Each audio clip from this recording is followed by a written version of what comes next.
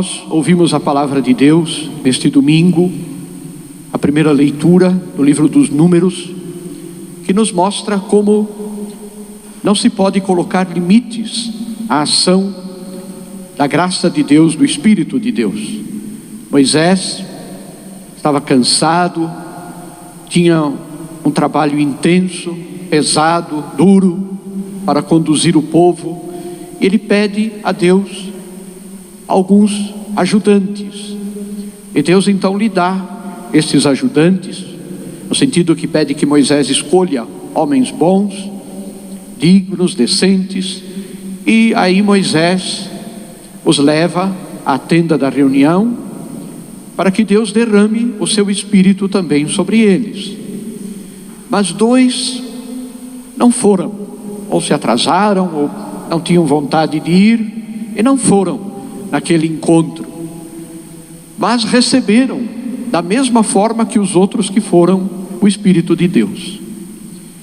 E aqueles homens ficaram um pouco bravos, porque, mas eles não vieram, como é que eles receberam o Espírito de Deus? Então Moisés diz isso a Deus, e Deus ensina a lição de que o Espírito de Deus não depende de nós, das nossas regras, não depende das nossas vontades. Deus é livre e Ele dá o seu Santo Espírito a quem Ele quiser, e nenhum de nós deve cobrar de Deus a razão por que Ele age desta maneira, porque Deus é sempre a abundância da graça. Deus nunca dá o necessário, Deus sempre dá a mais daquilo que é o necessário, o suficiente, sempre a mais, nunca o restrito. E esta lição nós aprendemos no Evangelho de hoje, que o diácono proclamou, no qual Jesus também passa por uma situação análoga, no sentido de que os discípulos reclamam que existem alguns que estão ali usando o nome de Jesus sem ser do grupo dos 12, e Jesus diz que não se preocupem com isso, né? Deixe eles fazerem, se estão fazendo bem, deixa que façam o bem, né?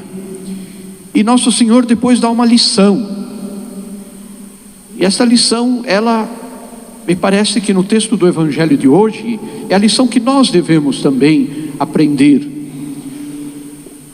A questão de que a vida cristã, ela é exigente. Nosso Senhor usa algumas expressões exemplares. Se a tua mão é motivo de pecado, arranca fora. Se o teu olho é motivo de pecado, arranca fora.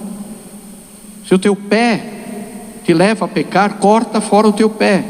É melhor entrar na vida eterna sem um destes membros do que ir para o fogo do inferno inteiro, completo.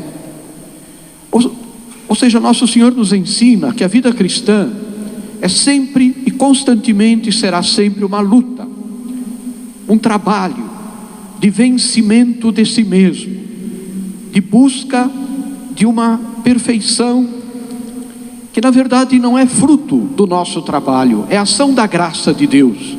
Mas Deus quer a nossa colaboração, Deus quer que nós tomemos as medidas humanas necessárias quando alguma coisa atrapalha a nossa vida. Irmãos e irmãs, todos nós somos pecadores, todos nós estamos sujeitos às tentações, à contradição, à traição de Jesus Cristo.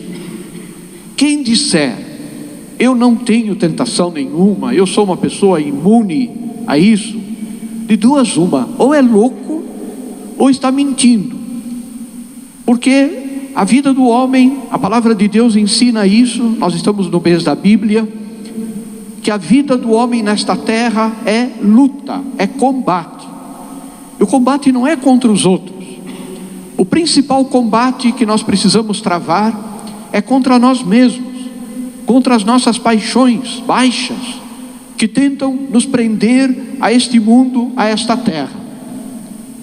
Nós temos que ter paixões, temos que ser pessoas apaixonadas, mas apaixonadas pelas coisas do alto, pelas coisas limpas, pelas coisas puras, as coisas de Deus. Mas infelizmente o peso da humanidade, todos nós carregamos este peso, e todos nós somos passíveis de trair a Cristo, de trair a nossa vocação de cristãos. Não existe ninguém neste mundo que vá passar por este mundo limpo, imaculado, a não ser Nossa Senhora e Jesus. Mas todos os demais seres humanos experimentaram o peso do pecado. E foi por isso que Jesus veio a este mundo, porque senão não precisaria ter vindo. Ele veio por isso, para nos tirar do pecado.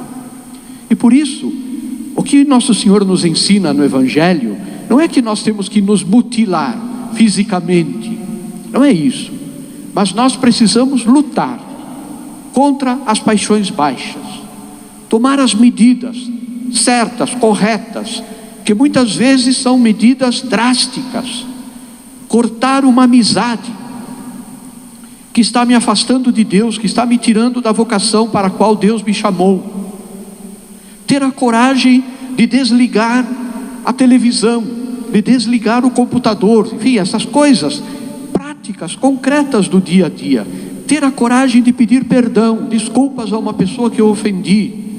Ter a coragem de voltar a falar com o esposo, com a esposa, os filhos com os pais com os filhos, os irmãos entre si, depois de uma briga, depois de uma discussão.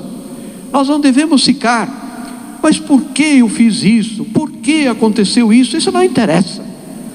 O porquê não interessa, no sentido de que nós somos assim. O que interessa é que nós peçamos sempre a luz de Deus, a ajuda de Deus, para tomar as medidas certas na nossa vida e para nos corrigir. É isso que Deus quer de nós. Temos que ter sempre o cuidado de não ser duros com os outros e moles demais conosco mesmo.